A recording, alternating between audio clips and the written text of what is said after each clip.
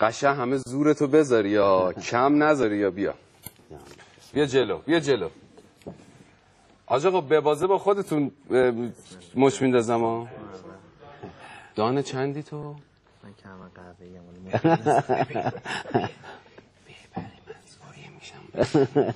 برو.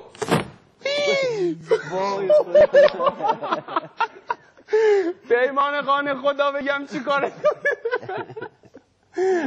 آقای زادی الان میگه همه حقوقت کم میکنم. آقا دکور شکست ولی باختی دیگه. زورتون زیاده. فارس شد میزن بشه. آقا منو میگم حقوقمو ما کلا نمیدونم.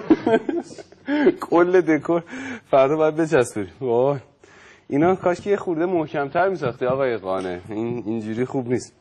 خب میکروفون نشون بزنیم. آها شما اگه تشریف ببرید میکروفون نصب کن. بریم آگهی. آقا این اشکال نداره میز اینجوری شده صحبت که میتونیم بکنیم.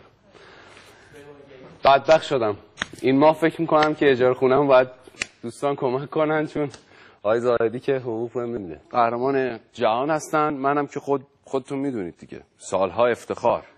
بیا داداش بیا کم نیار همه میترسن هیچکی نمیاد جلو تو چرا اومدی وای میستادی عقب بابا حالا من کوری بیا حالا بیا خداییش ببین قهرمان جهانه 3 2 1 گفتم دستت میره رو زمین ها نگاه کن یکی رو نشکنی حالا بابا زورم زیاده دیگه 3 2 1 گفتم 1 2 1 جون خودم اگه بذارم ای جانم جونم برنده شدم داداش حالا باید بیایی برسای شاگردی ما رو بکنی. چند سال شاگرد آج آقایی؟ من 21 سال افتخار شاگردی 21 ماه شاگرد من باشی مشکل هیچ کاری نمیخوامونه اینجوری هست داداش. خوبی قهرمان جهانی؟ جوون مردانه باید مچ بیا یه دستم میندازم بیا یه بار دیگه بیا. حالا که اینجوریه آقا گنده‌شون میاد دیگه شاگرد بزرگار میارید.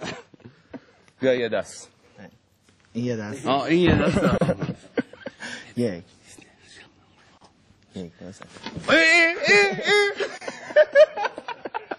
بذاری لاقل 3 سوت بشه 3 سوت هم نشه 1 سوت شد.